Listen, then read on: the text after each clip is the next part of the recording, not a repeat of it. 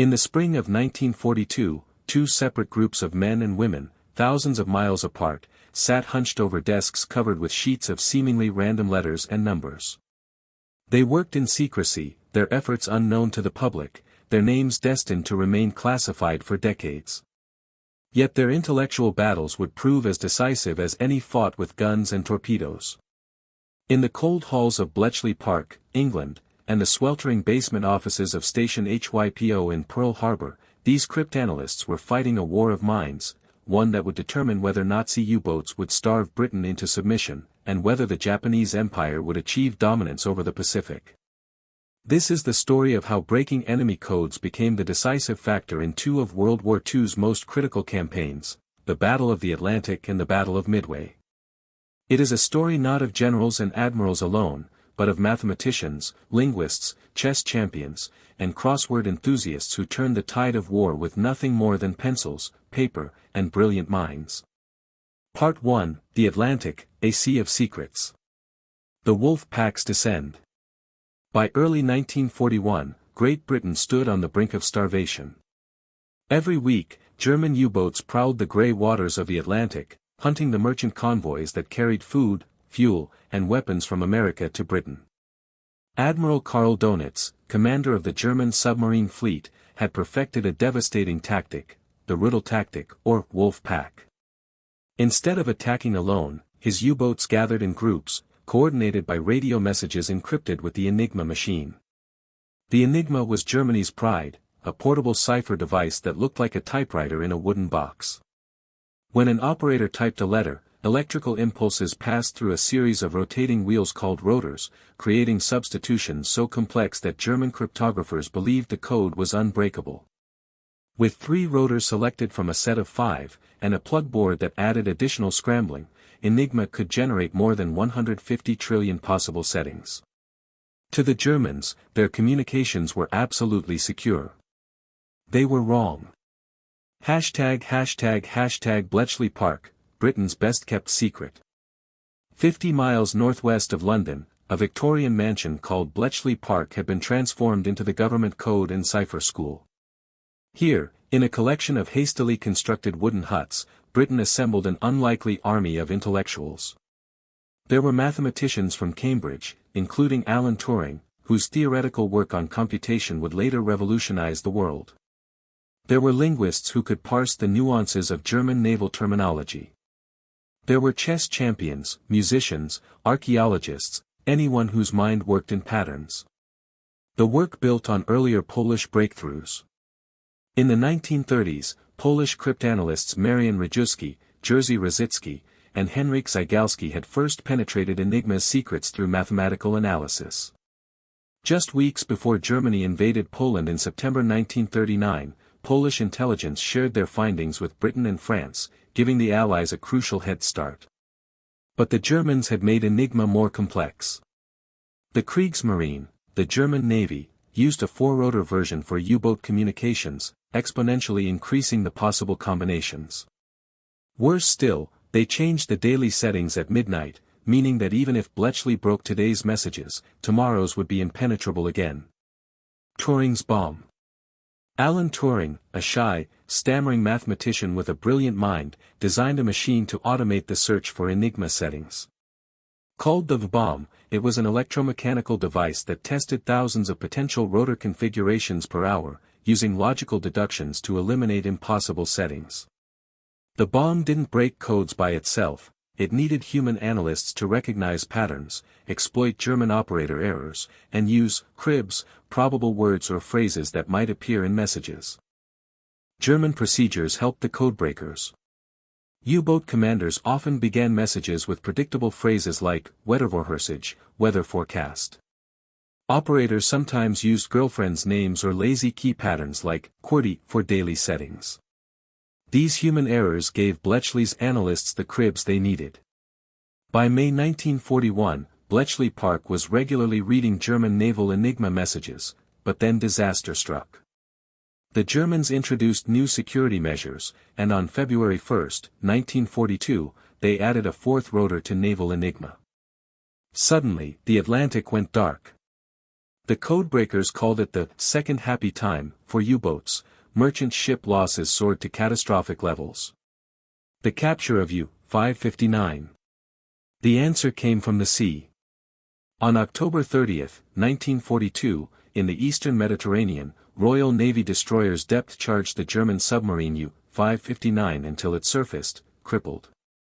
As the U-boat began to sink, 3 British sailors, Lieutenant Tony Faw's son, able seaman Colin Grazier, and 16-year-old canteen assistant Tommy Brown, dove into the cold water and climbed through the conning tower into the sinking submarine.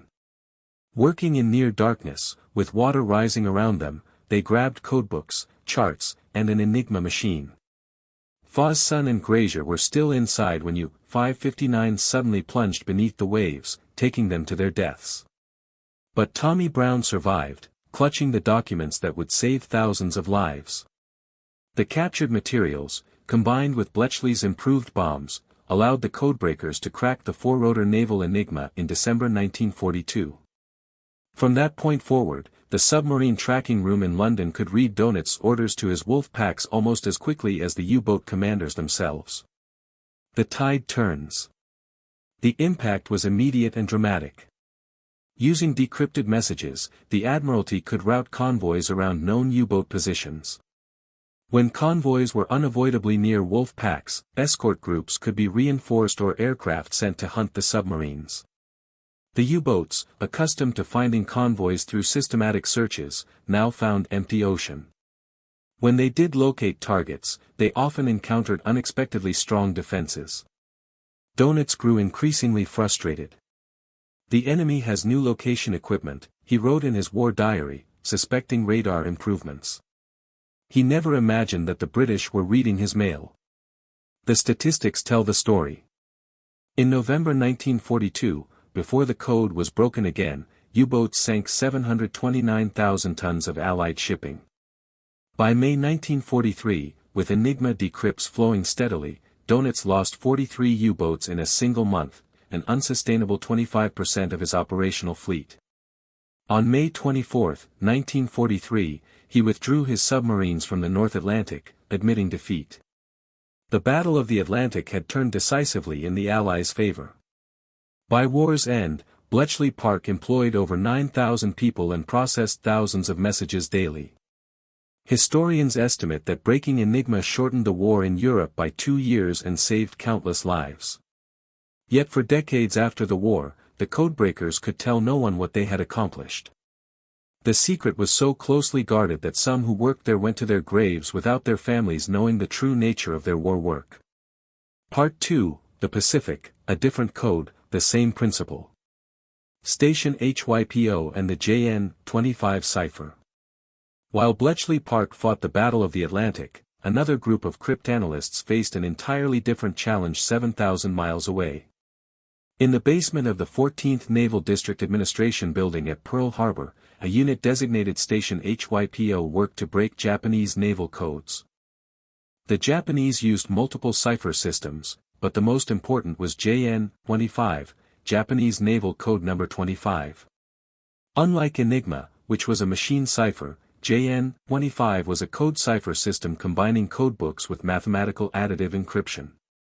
Japanese operators first converted messages into 5-digit code groups from a codebook containing approximately 45,000 entries, then added random 5-digit numbers from separate additive tables to obscure the original code groups. JN-25 was formidable. Without the codebooks and additive tables, intercepted messages looked like strings of random numbers. Moreover, the Japanese periodically changed both codebooks and additives, sometimes introducing entirely new versions. Breaking into JN-25 required building a dictionary of code groups by analyzing patterns, frequencies, and contexts across thousands of messages, painstaking intellectual labor that could take months. Commander Joseph Rockefort. Leading Station HYPO was Commander Joseph Rockefort, a naval officer who had studied Japanese language and culture in Tokyo during the 1920s. Rockefort was unconventional, he often worked 20-hour days in his bathrobe and slippers, chain-smoking cigarettes while poring over decrypted fragments. His team included Japanese-American linguists, radio operators who could distinguish individual Japanese Morse code operators by their fist sending style, and brilliant mathematicians who attacked the cipher itself. By late 1941, Station HYPO and its sister stations in Melbourne, Belconnen, and Washington, D.C., OP-20G, had achieved partial penetration of JN-25. They could read perhaps 10 to 15% of intercepted messages, enough to gain occasional insights, but not enough for tactical precision. The attack on Pearl Harbor on December 7, 1941, proved how incomplete their knowledge was. The strike force had maintained radio silence, and diplomatic messages suggesting negotiations were ongoing had masked military preparations. After Pearl Harbor, breaking JN-25 became an obsession. The Coral Sea, first hints. By April 1942, American codebreakers were reading larger portions of JN-25 messages. They detected preparations for a major Japanese operation, designated MO, that involved multiple carriers and would target something cryptically referred to as RZP and RXB. Through traffic analysis and partially decrypted messages, Rockefeller's team determined that RZP was Port Moresby in New Guinea and RXB was Tulagi in the Solomon Islands. Admiral Chester Nimitz, Commander-in-Chief of the Pacific Fleet, trusted his codebreakers. He ordered carriers USS Lexington and USS Yorktown to intercept the Japanese force in the Coral Sea. The resulting battle in early May 1942 was the first naval engagement where opposing ships never sighted each other. Carrier aircraft did all the fighting. The Japanese sank Lexington and damaged Yorktown, but failed to take Port Moresby. More importantly, they lost carrier Shoho and suffered heavy damage to Shokaku, removing both from the coming operation. The codebreakers had given Nimitz advance warning, allowing him to position forces for an ambush. It was a preview of what was to come. AF needs water. In mid-May 1942, Station HYPO intercepted messages indicating that Admiral Isoroku Yamamoto, commander of the combined fleet, was planning a massive operation against a target designated AF. The operation, scheduled for early June, would involve nearly every major Japanese warship, including 4 fleet carriers, Akagi, Kaga, Soryu, and Hiryu. But where was AF? Some Navy intelligence officers in Washington believed it meant the Aleutian Islands or even mainland Alaska. Rockefeller was convinced AF meant Midway Atoll, a tiny coral island 1,300 miles northwest of Hawaii. Midway's location made it strategically vital. In Japanese hands, it would threaten Hawaii itself and potentially draw the remaining American carriers into a decisive battle. Rockefeller needed proof. In one of the war's most clever intelligence operations, he arranged for Midway to send an uncoded radio message reporting that its water distillation plant had broken down. Days later, Station HYPO intercepted a Japanese message reporting that AF was short of fresh water. AF was Midway. There was no longer any doubt. Nimitz's calculated risk. The decrypted messages gave Nimitz extraordinary intelligence. He knew the Japanese would attack in early June. He knew they would approach from the northwest. He knew they would send a diversionary attack on the Aleutian Islands first. He even knew the approximate composition of the Japanese fleet. What Yamamoto didn't know was that the Americans knew. Japanese intelligence believed Yorktown had been sunk at Coral Sea. In reality, shipyard workers at Pearl Harbor performed 72 hours of round-the-clock repairs that would normally take months, getting her back to sea in time for the battle. The Japanese also believed American carriers were still in the South Pacific. They were instead steaming toward a position northeast of Midway, waiting in ambush. Nimitz had 3 carriers, Enterprise, Hornet, and the hastily repaired Yorktown, against Yamamoto's 4, plus dozens of battleships and cruisers. In a conventional surface engagement, the Americans would be annihilated. But Nimitz held one critical advantage: he knew when and where the enemy was coming. "You will be governed by the principle of calculated risk," Nimitz told his carrier commanders, Admirals Frank Jack Fletcher and Raymond Spruance, "which you shall interpret to mean the avoidance of exposure of your force to attack by superior enemy forces without good prospect of inflicting, as a result of such exposure, greater damage to the enemy. Translation: hit them hard, then get away before the battleships arrive. Dawn of June 4, 1942. At 5:34 a.m. on June 4, 1942, 108 Japanese aircraft launched from 4 carriers to attack Midway's installations. They found the island alert and prepared, Marine fighters rose to intercept, and anti-aircraft fire filled the sky. The Japanese strike damaged facilities but failed to knock out Midway's runways. Strike leader Lieutenant Joichi Tomonaga radioed back, "There is need for a second attack." Admiral Chuchi Nagumo, commanding the carrier strike force, faced a dilemma. His aircraft were rearming for a second strike on Midway when scout planes reported American ships to the northeast.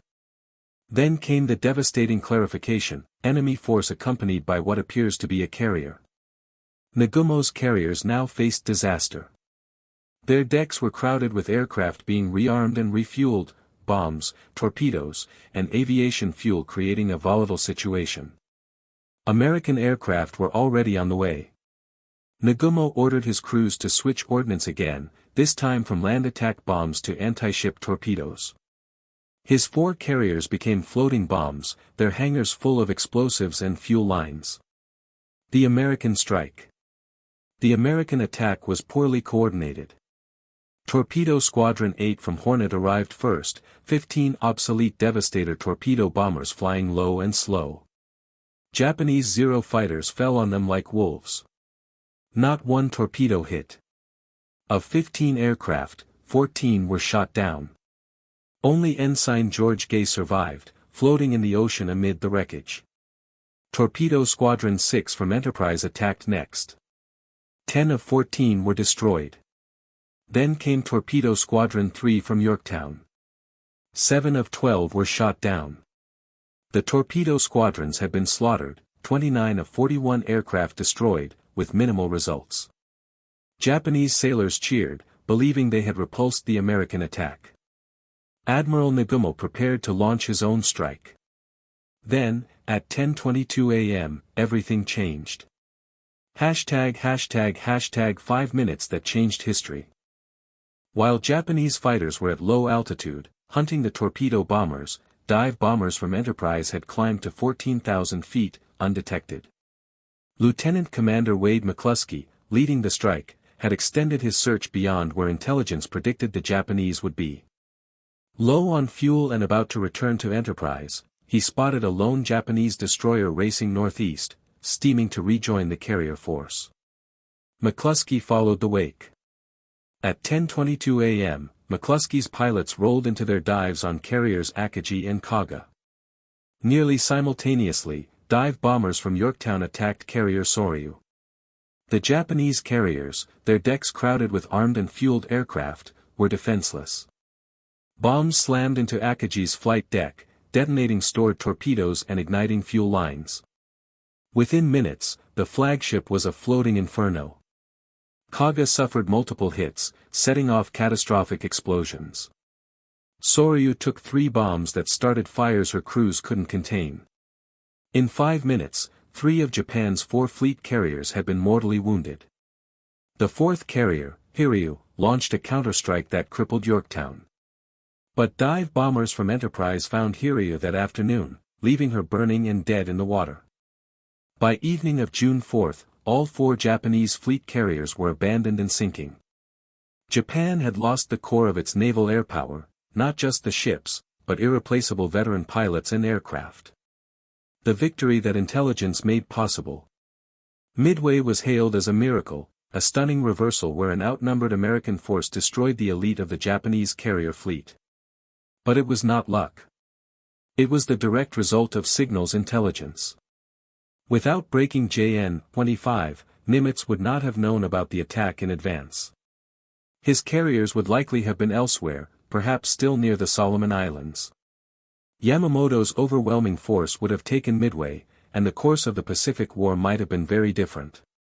Instead, forewarned by his codebreakers, Nimitz positioned his carriers for an ambush. The decrypts told him where to wait, when to expect the enemy, and what forces they would bring. Japanese communication security failures, lengthy radio messages, predictable patterns, repeated code groups, gave Station HYPO the material they needed. After Midway, Japan never regained the strategic initiative in the Pacific.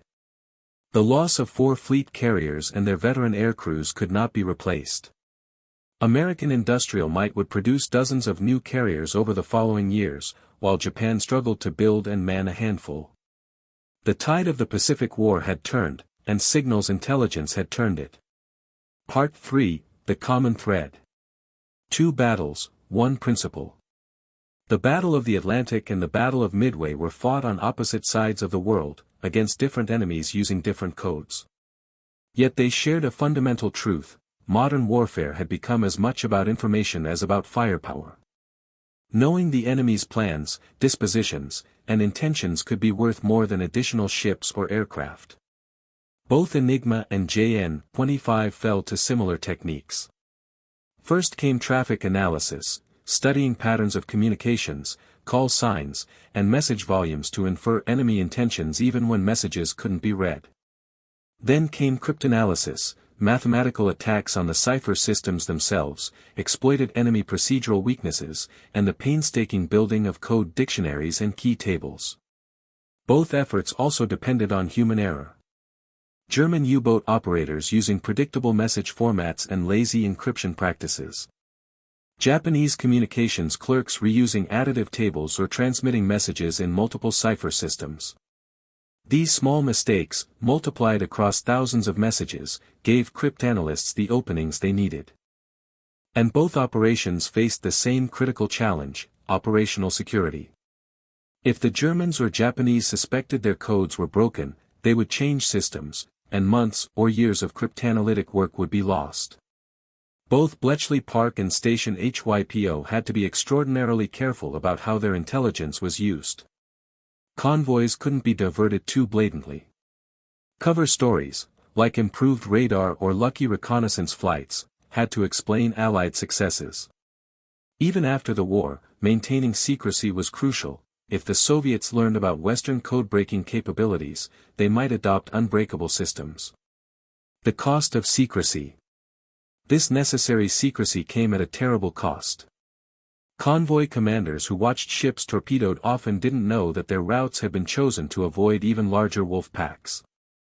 Pilots who died attacking empty ocean during searches for Japanese carriers didn't know that other task forces, guided by intelligence, were heading for successful intercepts. The codebreakers themselves could never explain why certain operations succeeded or failed. Most painful were the times when intelligence had to be ignored to protect the secret.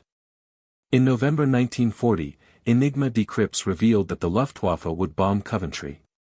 Churchill faced an agonizing choice: evacuate the city and risk alerting the Germans that Enigma was broken, or let the raid proceed. He chose secrecy. Coventry burned, and 568 people died.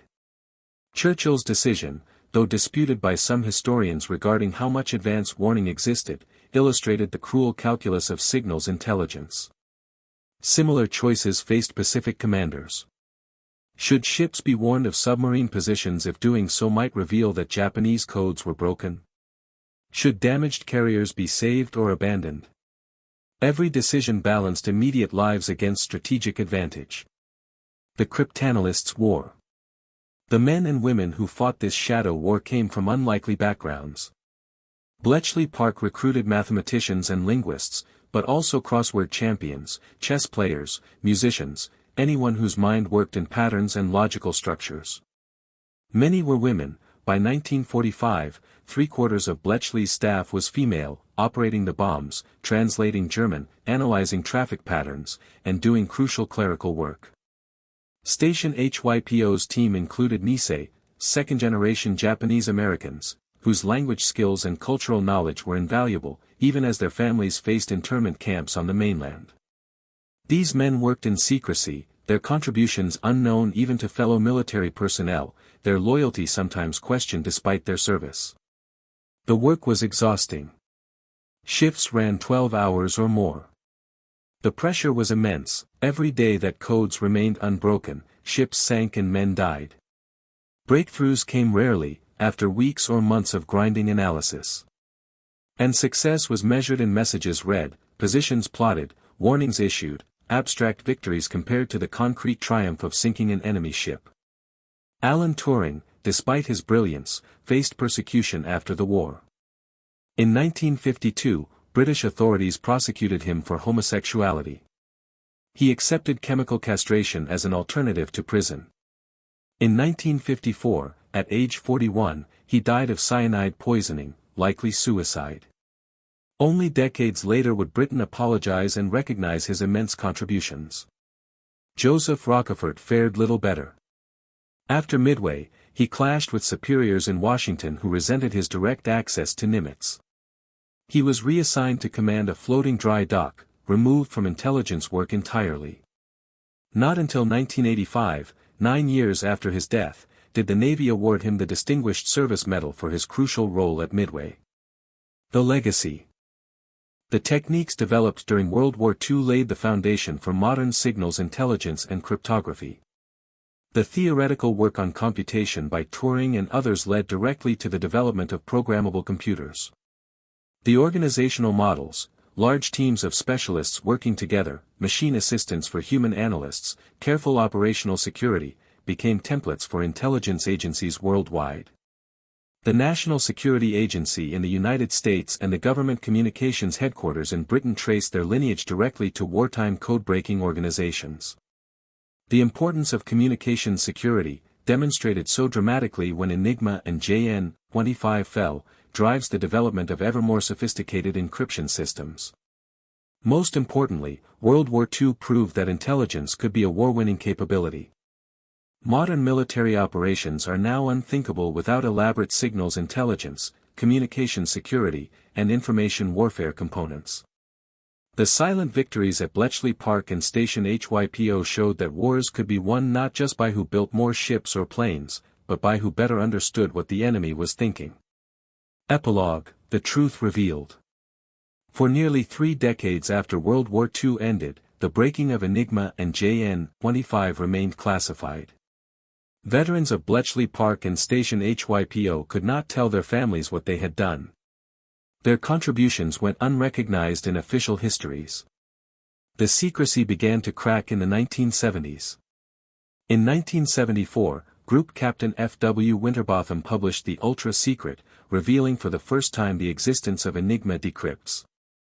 In 1977, the U.S. Navy released information about breaking JN-25 and the intelligence basis for the Midway victory. As documents were declassified and veterans finally allowed to speak, the true story emerged. Today, Bletchley Park is a museum where visitors can see restored bombs clicking through rotor combinations. Station HYPO's basement spaces at Pearl Harbor are preserved as historic sites. Monuments honor the Codebreakers, whose victories were won not with weapons but with intelligence, persistence, and brilliant minds. The breaking of Enigma and JN-25 stands as one of history's greatest intellectual achievements. 2 different teams, working independently on opposite sides of the world, penetrated cipher systems their enemies believed unbreakable. Their success changed the course of the war, saved countless lives, and demonstrated that in modern conflict, knowledge is power. Convoys crossed the Atlantic safely because analysts in England read U-boat orders.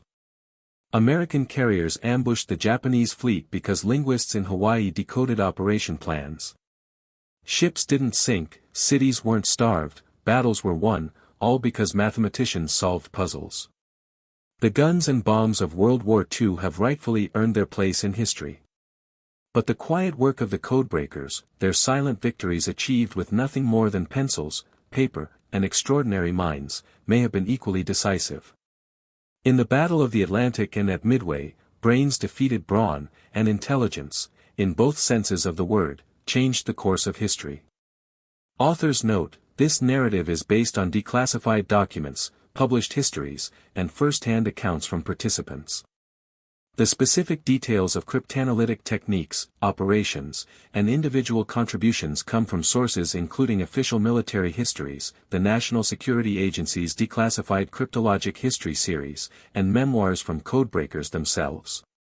While dialogue and some internal thoughts are dramatized for narrative purposes, all events, dates, and technical details are historically accurate to the best of available knowledge. Thanks for watching. If you found this story interesting, please subscribe and like it, and join our community of history lovers. We want to hear your voice. Leave a comment on the video, tell us where you come from, or share any family history related to the war. You are not just a spectator, you are helping us spread the truth about the heroism of the war years. We read every comment, and they really inspire us to work. See you next time.